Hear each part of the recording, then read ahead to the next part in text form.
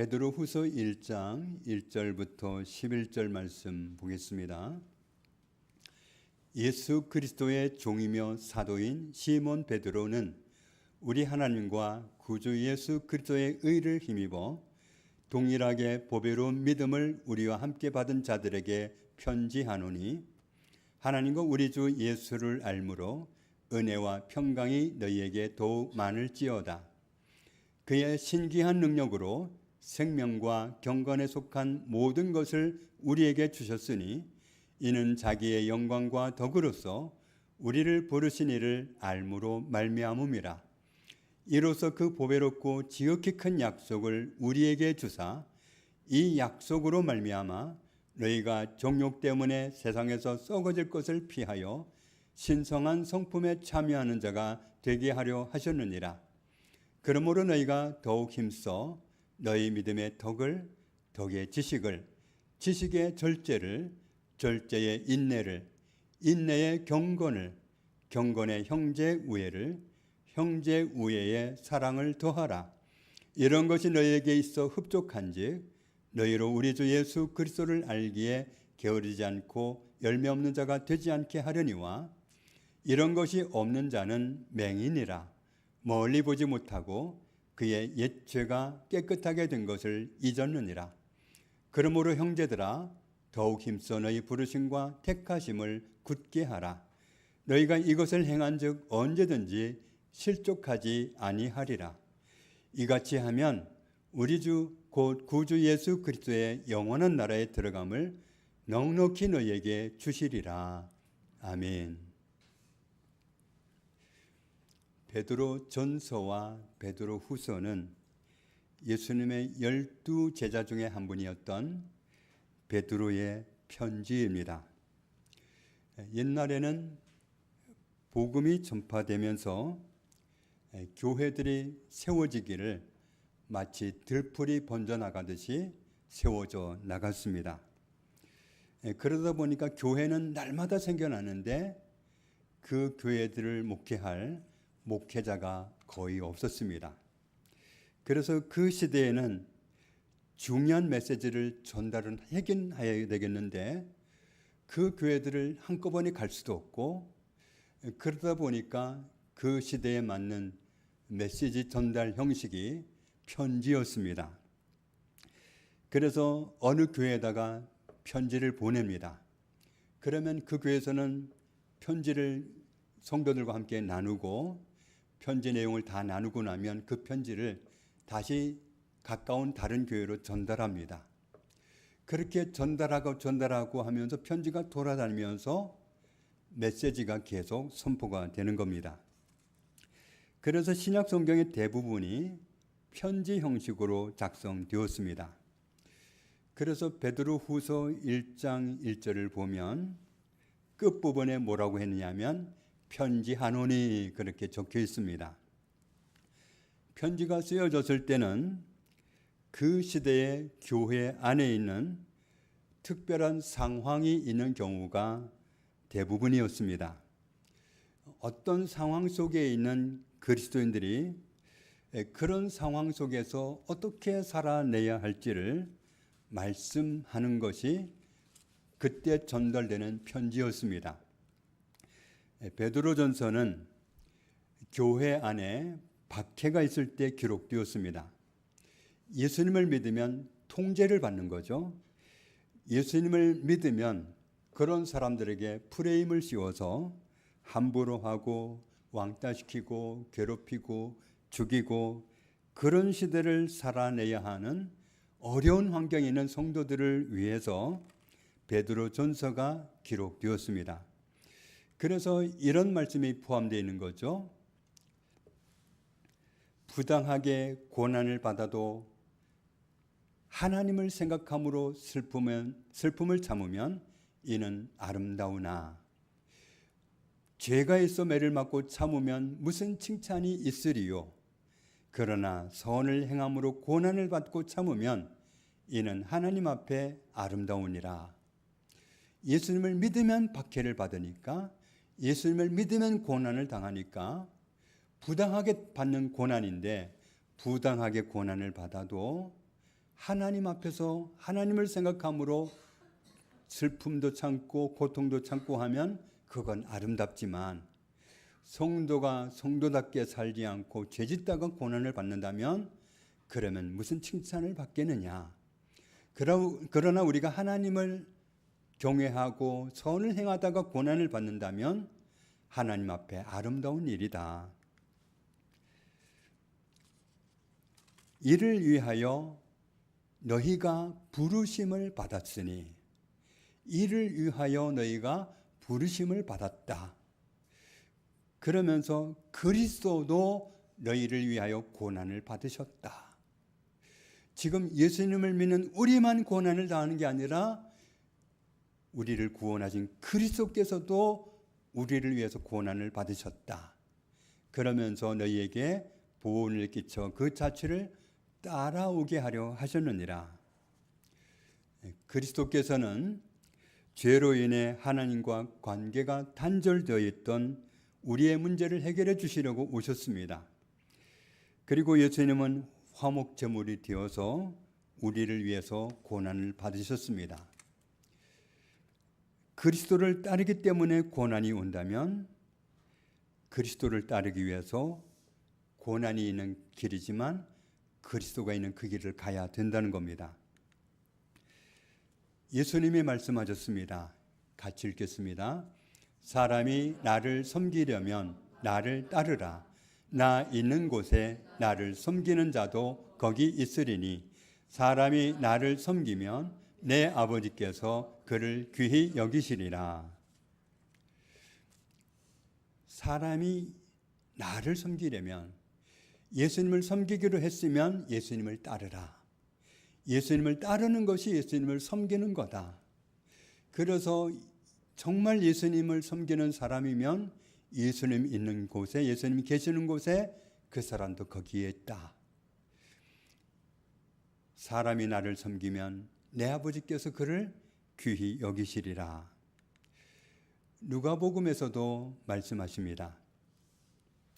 또 무리에게 이르시되 아무든지 나를 따라오려거든 자기를 부인하고 날마다 제 십자가를 지고 나를 따를 것이니라. 누구든지 제 목숨을 구원하고자 하면, 예수님 믿으면 죽여 하면 그 목숨이 잃는 것이 두려워가지고 예수님을 버리면 어떻게 되느냐 하면, 누구든지 핍박이 무서워서 제 목숨을 구원하고자 해서 예수님을 버리면 잃을 것이요, 누구든지 나를 위하여 제 목숨을 잃으면 구원하리라. 사람이 만일 온 천하를 얻고도 자기를 잃든지 빼앗기든지 하면 무엇이 유익하리요? 예수님을 잃는 건 모든 것을 잃는 겁니다. 예수님을 잃는 건 영원히 사는 생명을 잃는 거기 때문에 모든 것을 잃어버리는 겁니다.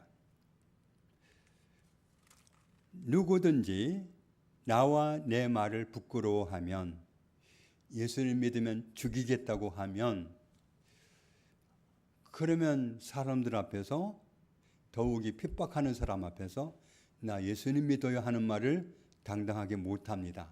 죽을까 봐, 험한 꼴 당할까 봐 못합니다. 그것은 예수님을 부끄러워하는 겁니다. 그런데 말씀하기를 누구든지 나와 내 말을 부끄러워하면 인자도 나도 자기와 아버지와 거룩한 천사들의 영광으로 올 때에 예수님도 그 사람을 부끄러워하리라. 나 그 사람 알아요? 하나님 앞에서 안 한다는 겁니다. 요한일서 5장을 보면 예수님은 사람에게 영원히 사는 생명이시기 때문에 예수님은 우리의 생명입니다. 그렇기 때문에 예수님이 있어야 생명 있는 사람입니다. 이 생명이 있으면 영원히 삽니다. 예수님이 계시는 하나님 나라로 옮겨갈 거기 때문입니다. 마가복음 8장을 보면 또 말씀하시기를 무리와 제자들을 불러 이르시되 나를 따라오려거든 자기를 부인하고 자기 십자가를 지고 나를 따를 것이니라.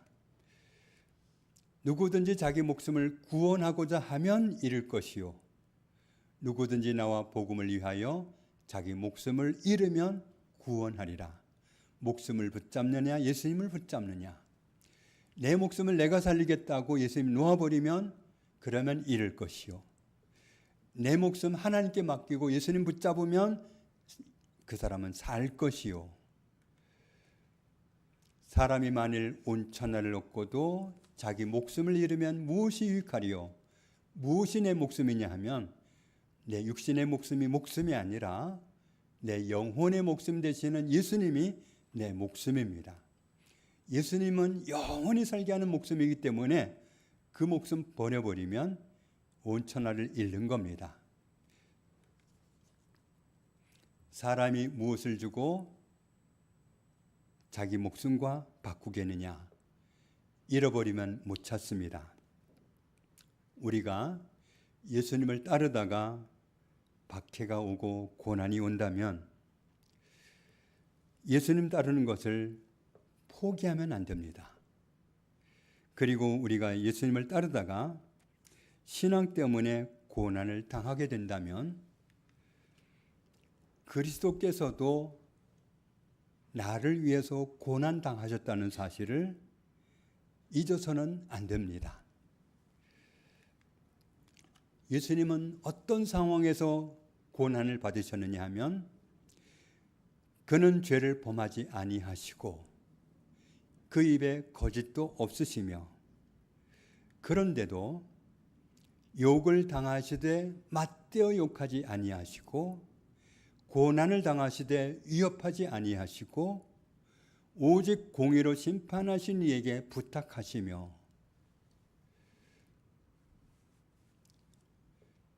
왕과 사는 남자라는 영화가 있는데 그 영화를 보면 주인공이 왕이었지만 반대 세력에 의해서 왕위를 잃어버리고 유배를 당하게 됐습니다.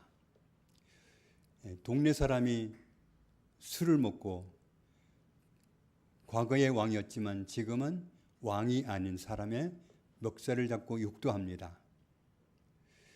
그랬더니 그 왕이었던 사람이 무엄하다, 네 이놈 그러면서 야단을 치잖아요. 예수님은 권세자 중에서 가장 높은 권세자인데 욕을 당하실 때 함께 욕하지 않으시고 까닭 없이 채찍으로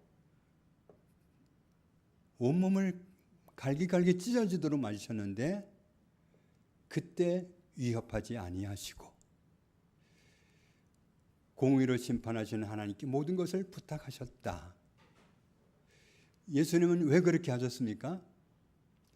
마치 자기가 죄를 지은 것처럼 욕을 하면 욕을 먹으시고 침을 뱉으면 침 뱉음 당하시고 따귀를 때리면 따귀를 맞으시고 주먹으로 치면 주먹으로 맞고 가시관으로 찌르면 그걸로 맞으시고 칼로 찌르면 칼로 맞으시고 그러면서도 아무 부당하다는 표현을 안 하셨는데 이유가 뭐냐 하면 우리의 죄를 위해서 고난당하시는 거였기 때문에 나를 위해서 고난당하시다 보니까 내가 지은 내 죄 때문에 고난당하시다 보니까 내 죄를 담당하셨기 때문에 마치 당신이 죄 지은 것처럼 그렇게 참고 고난을 받으신 겁니다.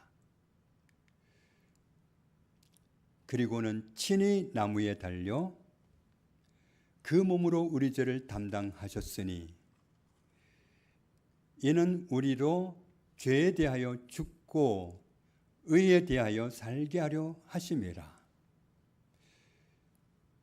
우리가 더 이상 죄에 대해서는 아무 상관이 없고 죄인이 아니고 의에 대해서는 산 사람, 의인이 된 사람 이렇게 되게 하려고 예수님이 우리 죄를 위해서 고난을 받으셨습니다.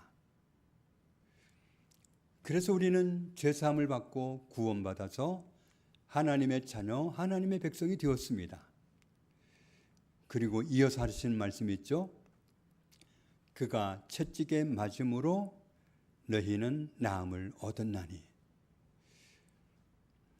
많이 말씀드렸지만 저는 이 말씀을 읽다가 저의 오랜 지병을 고침받았습니다.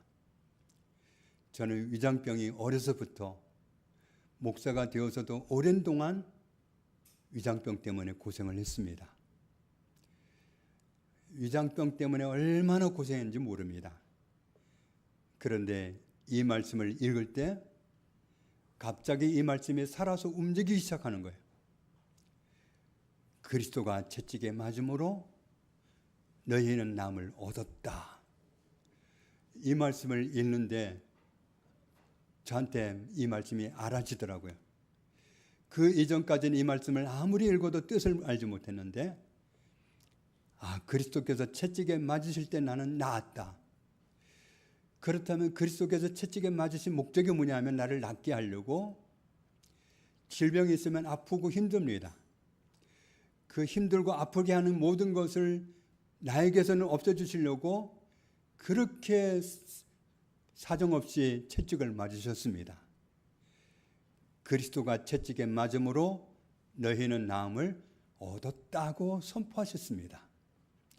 그래서 이 말씀 앞에서 얼마나 눈이 크게 떠졌는지, 그날 이 말씀을 알게 되는 순간에, 그날도 제 몸은 몹시 괴로운 상황이었는데 그 위장을 향해서 명령했습니다. 그리스도께서 채찍에 맞으심으로 나는 나았다. 예수님의 이름으로 떠나! 그렇게 하더니 떠났습니다. 저는 그 이후로 위장병 때문에 고생하는 일이 없었습니다. 하나님의 말씀으로 인해서 병 고침을 받는 분들이 많습니다. 어떤 분은 이 말씀을 통해서 병 고침을 받습니다. 이 앞부분에 있는 말씀을 보면 병든 사람들이 많이 예수님을 찾아왔는데 예수님이 그 사람들 다 고쳐서 돌려보냈다 그랬습니다. 그런데 왜 예수님이 그런 일을 하셨느냐 했더니, 이는 선지자 이사야를 통하여 하신 말씀에 우리의 연약한 것을 친히 담당하시고 병을 짊어지셨도다 함을 이루려 하심이더라. 이 말씀을 짐을 지고 가는 것에 비유를 하면, 누군가가 짐이 하나 있는데 그 짐을 누군가가 지고 갔다면 지고 가야 할 짐이 없는 거죠. 그런데 질병이라는 짐을 예수님이 지고 가셨습니다. 그러고 나면 나는 병이 없는 상태가 되는 거죠. 제 아내도 이 말씀으로 고침을 받았습니다. 제 아내는 눈이 너무 안 좋아서 버스가 지나갈 때 안경을 안 쓴 날은 버스를 못 탔습니다. 번호가 안 보여서. 버스 정류장인데 버스를 못 타요. 번호가 안 보여서.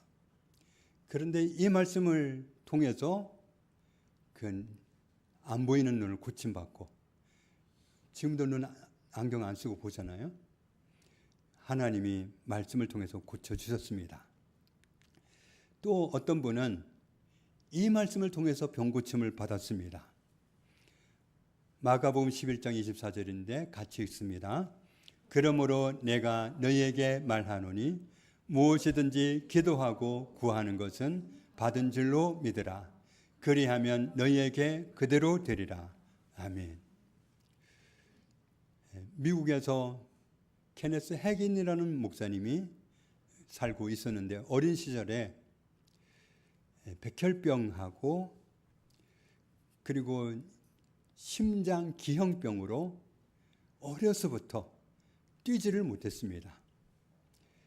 심장이 기형이라서 뛸 수가 없었고, 병도 혈액병이 있어서 고생을 많이 했습니다.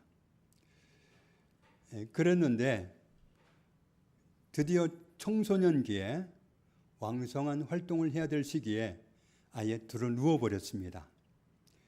더 이상 활동을 할 수가 없고 침대에 여러 날 누워 있으면서 소원은 간절했습니다. 하나님 고쳐주십시오.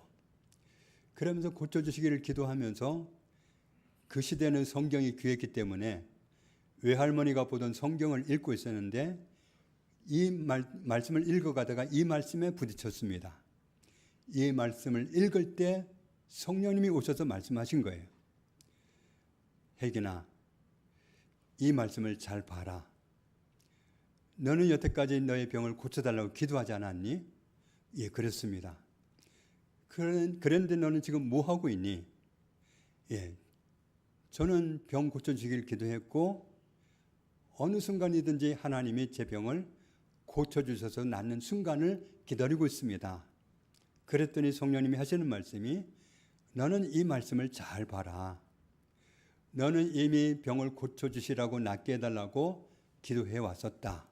그런데 무엇이든지 기도하고 구하는 것은 받은 줄로 믿으라가 먼저냐 아니면 고쳐주시는 걸 경험하는 게 먼저냐 이렇게 물으신 거예요. 그래서 가만히 보니까 기도하고 구한 것은 받은 줄로 믿는 게 먼저라는 것을 이 말씀을 보면서 알았어요. 그리하면 너희에게 그대로 되리라. 이 말씀을 통해서 그날 고침을 받았습니다. 하나님의 말씀을 읽다가 병 고침을 받는 사람이 많습니다. 하나님의 말씀은 우리를 하나님의 사람, 하나님의 자녀로서 이 세상을 어떻게 살아가야 할지를 알려주시기 위해서 말씀하신 말씀을 기록하고 있습니다. 그런데 이 말씀 가운데는 말씀대로 살려고 하나님 뜻대로 살려고 읽다 보면 우리가 가지고 있는 문제들을 해결해 주시는 경우가 얼마나 많은지 모릅니다. 어떤 정말 해결받지 못할 문제 가지고 신음하던 사람이 말씀을 읽다가 말씀을 통해서 해결을 받고 병 고침을 받기도 합니다. 그래서 우리가 날마다 말씀을 읽고 날마다 기도하는 것이 중요합니다. 말씀을 읽고 하나님 제가 이 말씀대로 살기 원합니다. 그 말씀대로 살지 못하고 있었으면 회개하고 또 그렇게 살도록 도와주시기를 요청하고 그러면서 말씀과 기도를 놓치지 않고 살아가는 게 중요합니다. 그러면 하나님이 어느 날 어떤 말씀으로 나를 고치실지 모르고 어떤 말씀으로 내 인생을 바꾸어 놓으실지 모릅니다. 그런데 그 소중한 말씀을 덮어놓고 있으면 우리는 날마다 하나님께 말씀으로 알려달라, 들려달라 하지만 정말 하나님이 중요한 응답은 성경 말씀을 통해서 주시기 때문에 응답받기가 어려워질 수 있습니다. 하나님의 말씀을 가까이 하다가 고침을 받고 은혜를 입게 되는 그런 삶을 살아가는 우리 모두가 되었으면 좋겠습니다. 베드로전서 2장에 있는 말씀 이어서 보면 너희가 전에는 양과 같이 길을 잃었더니 이제는 너희 영혼의 목자와 감독 되신 이에게 돌아왔느니라. 베드로전서는 예수님을 믿은 믿음을 가지고 있으면 고난당하는 시대를 살아가는 그리스도인들을 위해서 기록되었습니다. 그런데 베드로 후서는 어떤 상황에서 기록이 되느냐 하면 교회 안에 이단이 스멀스멀 일어나서 성도들을 혼란하게 하고 있을 때 그때 쓰여진 편지가 베드로 후서입니다. 그래서 이렇게 말씀합니다. 먼저 알 것은 성경의 모든 예언은 사사로이 풀 것이 아니니 예언은 언제든지 사람의 뜻으로 낸 것이 아니요 오직 성령의 감동하심을 받은 사람들이 하나님께 받아 말한 것임이라. 성경 말씀을 사사로이 푼다 그랬는데 사사로이라는 말이 원어로 보면은 자기 자신에 속한 것, 개인적으로 이런 뜻입니다. 성경 말씀을 자기 생각대로 자기 마음대로 푼다는 겁니다. 그럴 일이 아닌데 말이죠. 이단은 성경 말씀을 지 마음대로 해석해가지고 사람을 망하는 길로 끌고 갑니다. 우리가 늘 살펴보는 말씀에 예수님이 생명이시다. 예수님과 함께 있으면 생명이 있고 예수님과 함께 있지 않으면 생명이 없는 거다. 그러니까 예수님과 항상 함께 있어야 되고 예수님과 영원히 같이 있어야 된다. 얼마나 강조하는 말씀이 이 말씀입니까? 그런데 신천지를 예로 들면 하나님이 시대마다 구원자를 세우셨다고 하면서 그건 완전히 지어낸 말입니다. 언제는 예수님이 구원자였지만 이 시대는 새로운 구원자가 필요해서 하나님이 새로운 구원자를 세웠는데 그게 이만이다. 이렇게 하는 거잖아요. 완전히 말장난하는 겁니다. 하나님의 말씀을 사사로이 지 맘대로 아무렇게나 풀어가지고 사기치는 거예요. 성경에 뭐라고 했는데요? 사도행전 4장 12절 같이 읽습니다. 다른 이로서는 구원을 받을 수 없나니 천하 사람 중에 구원을 받을 만한 다른 이름을 우리에게 주신 일이 없음이라 하였더라. 예수님 말고는 하나님이 구원받는 어떤 이름도 허락하신 적이 없습니다. 성경을 구약부터 봐도 아브라함도 예수님 때문에 구원받은 사람이고 예수님 믿고 구원받은 사람이에요.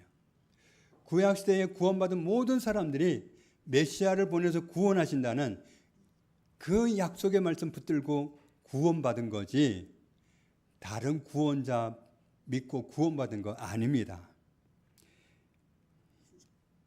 그렇게 사기치고 수많은 사람을 멸망으로 끌고 갔던 이만희가 지금은 너무 늙어가지고 치매가 있는지 횡설수설하고 병원도 많이 다니고 병원에서 다닐 때 휠체어 타고 다닙니다. 자기 몸도 자기 마음대로 못 가누는 사람이 무슨 구원자입니까? 성깔도 얼마나 더러운데요. 죄도 얼마나 짓고 성경 말씀 가지고 사기를 쳐서 자기가 존경받고 자기가 돈 벌고 자기가 누리고 그게 이단 교주가 하는 일입니다. 예수님만이 생명이시기 때문에 예수님 잃어버리면 망하는 겁니다. 예수님 놓아버리고 이만희 붙잡으면 예수님 놓아버리고 안상홍 붙잡았다가 안상홍 죽으니까 이제는 장길자 붙잡아야 되고 장길자 또 이제 곧 죽으면 또 아들 내세울 거예요. 또 거기에 속는 거죠. 하나님 말씀을 가지고 아무렇게나 사기를 치는데 지 마음대로 사사로이 풀어가지고 장난을 치는데 거기 놀아나가지고 멸망하면 지옥 가서 얼마나 억울하겠어요. 얼마나 억울하겠어요. 그러나 어디 가서 해결을 받겠습니까? 우리는 무슨 일이 있어도 예수님 따르기를 포기하고 예수님 대신에 인간 교주를 따르도록 사기치는 이단 교주를 주의해야 됩니다. 그러려면 베드로후서 1장에는 말씀을 보면 하나님과 우리 주 예수를 알므로 은혜와 평강이 너희에게 더욱 많을지어다. 하나님을 알면 알수록 예수님을 알면 알수록 하나님을 사랑하게 되어 있고 예수님을 사랑하게 되어 있습니다. 옛날에는 많은 사람들이 그랬다고 그래요. 학교 다니는 아이들이 학교 가기 전에 교회 와서 기도하고 가고 또 학교 끝나고 동네 들어서면 교회 먼저 갔다가 집에 가고 밤 되면 예배당에 가면 권사님들이 뭐 가벼운 이부자리 갖다 놓고 거기서 기도하시고 정말 그 하나님을 사랑하고 예수님을 사랑하는 그 사랑 때문에 그렇게 보냈는데 우리가 더욱 살만해지면서 그렇게 못 사는 것 같습니다. 하나님을 알면 알수록 예수님을 알면 알수록 하나님께 집중하고 예수님께 집중합니다. 하나님을 알면 알수록 예수님을 알면 알수록 하나님을 위해서 살고 예수님을 위해서 살고 나밖에 모르고 나 위해 살고 좀 넓히면 내 가족 위해 살고 그러던 사람이 예수님 위해 살고 하나님 위에 살고 그렇게 바뀝니다. 하나님을 알면 알수록, 예수님을 알면 알수록 하나님과 친하게 되고 예수님과 친하게 지내게 됩니다. 하나님을 모르고 예수님을 모를 때 거리가 먼 거지, 알면 알수록 가깝습니다. 그렇다면 하나님이 우리에게 어떤 분이시고 예수님이 우리에게 어떤 분이십니까? 같이 읽습니다. 그의 신기한 능력으로 생명과 경건에 속한 모든 것을 우리에게 주셨으니 이는 자기의 영광과 덕으로서 우리를 부르신 이를 알므로 말미암음이라. 이 말씀을 쉬운 말 성경으로 보면 이렇습니다. 그리스도께서는 신적인 능력으로 자신의 역량과 존귀함 가운데로 우리를 부르셨고 자신을 아는 지식을 통하여 생명과 경건에 이르게 하는 모든 것들을 우리에게 주셨습니다. 이 말씀 가운데 포함된 중요한 메시지는 하나님이 우리를 부르셨다는 겁니다. 끝부분에 보면 우리를 부르신 이를 알므로 그랬는데 하나님이 우리를 불러주셨습니다. 하나님이 우리에게 주실 수 있는 모든 것을 주시고 누리게 하시려고 우리를 부르셨습니다. 또 다음 절을 보면 이로써 그 보배롭고 지극히 큰 약속을 우리에게 주사 이 약속으로 말미암아 우리가 정욕 때문에 세상에서 썩어질 것을 피하여 신성한 성품, 신의 성품, 하나님의 성품에 참여하는 자가 되게 하려 하셨느니라. 이 말씀을 현대인 성경으로 보면요, 이것으로 그리스도는 아주 소중하고 중대한 약속을 우리에게 주셨으며 이 약속을 통해 여러분이 이 세상의 파괴적인 종욕을 피하여 신의 성품에 참여하도록 하셨습니다.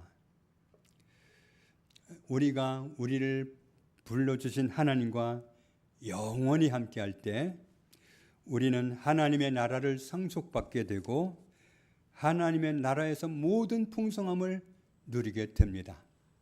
뿐만 아니라 이 세상에서 사랑받는 하나님의 자녀로서 어떤 상황을 살든지 어떤 환경을 살든지 하나님의 능력과 도우심으로 살아가게 됩니다.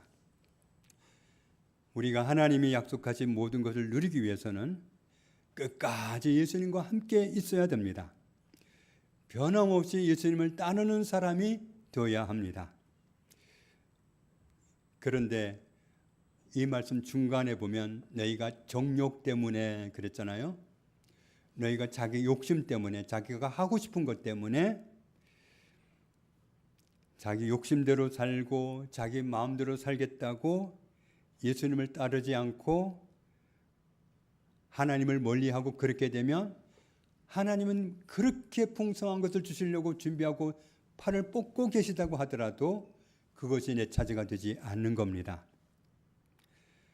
하나님이 약속하신 약속이 얼마나 크고 놀라운지를 알면 알수록 썩어 없어질 세상 것을 얻기 위해서 하나님이 주시는 것을 다 뒤로 버려버리고 가지는 않는다, 이 말씀입니다.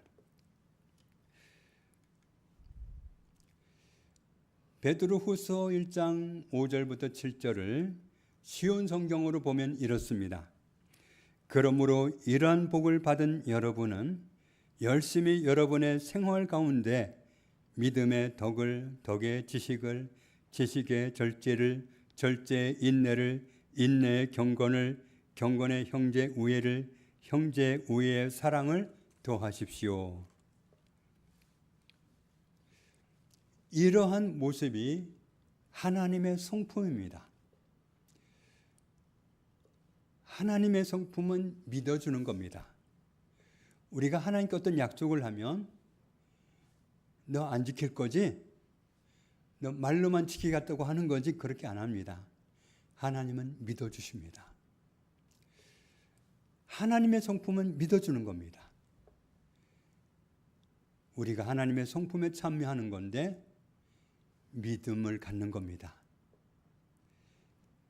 믿고 덕을 가지고 지식도 가지고 절제할 줄도 알고 인내할 줄도 알고 경건하기도 하고 형제간에 우애할 줄도 알고 형제간에 모든 사람 간에 사랑할 줄도 알고 이게 하나님의 성품입니다. 인간의 성품이 아니에요. 그런데 하나님의 성품이 자꾸 끝나는 게 아니라 이 성품을 가지라고 말씀하시는 거니까 이 성품을 내가 가져야 되는구나 받아들여야 됩니다. 그리고 이어지는 말씀, 이 말씀을 쉬운 성경으로 보면 이렇습니다. 이 모든 것이 여러분의 삶 가운데서 자라난다면 여러분을 유익하고 쓸모있는 사람으로 만들어 줄 것입니다.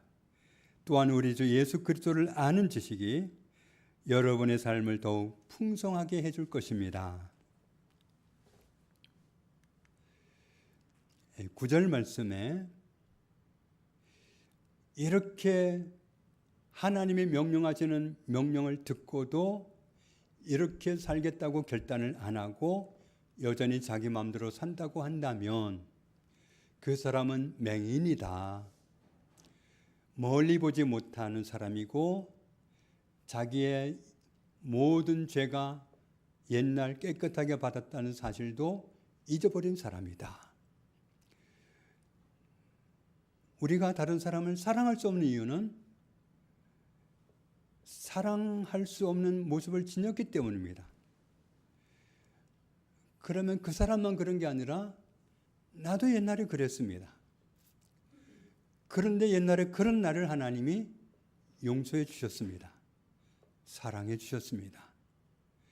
하나님이 옛날에 나에게 어떤 사랑을 베푸시고 어떤 용서를 해주신 사실을 잊었다. 그리고는 어떻게 저런 인간을 용납하느냐 그러고 어떻게 저런 인간을 내가 같이 할 수 있겠느냐고 말하고 한다는 거죠. 이 말씀을 현대어 성경으로 보면 이렇습니다. 믿음만 있으면 그만이라고 여기고 더 이상 아무것도 추구하지 않는 사람은 장님이든지 심한 근시안입니다. 그런 사람은 하나님께서 주님을 위해 강하고 올바르게 살 수 있도록 죄에 물든 옛 생활에서 구원해 주셨다는 것을 까맣게 잊어버린 사람입니다. 하나님은 우리의 까만 죄들을 다 용서해 놓으시고 이제 하나님의 성품을 지니고 살아가면서 예수님과 함께 있는 사람으로 하나님과 함께 있는 사람으로 살라고 당부하시는 겁니다. 우리를 불러주신 분이 불러주신 하나님과 함께 살라고 말씀하시는 겁니다. 10절에 말씀합니다. 그러므로 형제들아 더욱 힘써 너희 부르심과 택하심을 굳게 하라. 너희 부르심과 택하심을 굳게 하라. 너희 부르심과 택하심을 굳게 하라. 하나님이 우리 한 사람 한 사람을 불러주셨습니다. 그리고 하나님께서 우리 한 사람 한 사람을 선택해 주셨습니다. 이 사실을 굳게 하라는 것은 하나님이 나를 불러주셨다, 하나님이 나를 선택해 주셨다는 그 사실을 확고하게 하라는 겁니다. 확실하게 하라는 겁니다. 하나님이 나를 부르셨다는 사실, 하나님이 나를 선택해 주셨다는 사실 위에 확고하게 서 있지 못하면 이단이 와서 흔들 때 넘어집니다. 그래서 넘어지지 않기 위해서, 실족하지 않기 위해서 나는 하나님의 부르심을 받은 사람이고 나는 하나님께 선택받은 사람이라고 하는 사실을 확고하게 하고 살아가라는 겁니다. 하나님께 부르심받은 사람이라는 정체성을 가지고 살고 하나님께 택하심을 받은 사람이라는 정체성을 가지고 살면 어떤 이단이 와서 유혹한다 해도 실족하지 않고 든든하게 서 있는 그리스도의 사람이 되는 것입니다. 그래서 우리에게 오늘 당부하시는 말씀, 너희 부르심과 택하심을, 하나님 나를 부르시고 택하여 주신 은혜를 확고하게 하라고 하신 말씀, 우리가 명심하고 그렇게 살아가는 은혜 누리기를 주님의 이름으로 축복합니다. 하나님 아버지, 부르심 받을 만한 모습 아니었습니다. 택하심 받을 모습도 아니었습니다. 허물투성이고 모순투성이고 죄투성이었던 우리를 사랑하심으로 용납해 주시고 용서해 주셨습니다. 선택해 주셨고 불러주셨습니다. 그래서 모든 죄를 십자가에서 도말해 주시고 불러주시고 선택해 주신 은혜를 인하여서 지금 하나님 앞에서 사랑받는 하나님의 자녀로 살아가고 있음을 감사합니다. 우리가 원수가 보내는 이단에 속지 않기 위해서 나는 하나님의 부르심을 받고 하나님의 선택하심을 받고 지금 하나님과 함께 있다는 이 사실을 언제라도 잊지 않고 확고하게 서서 살아가는 저희들이 되게 해 주시고 원수의 모든 유혹을 따돌리고 살아가는 경건한 그리스도의 사람으로 살도록 도와주옵소서. 예수님의 이름으로 기도합니다. 아멘.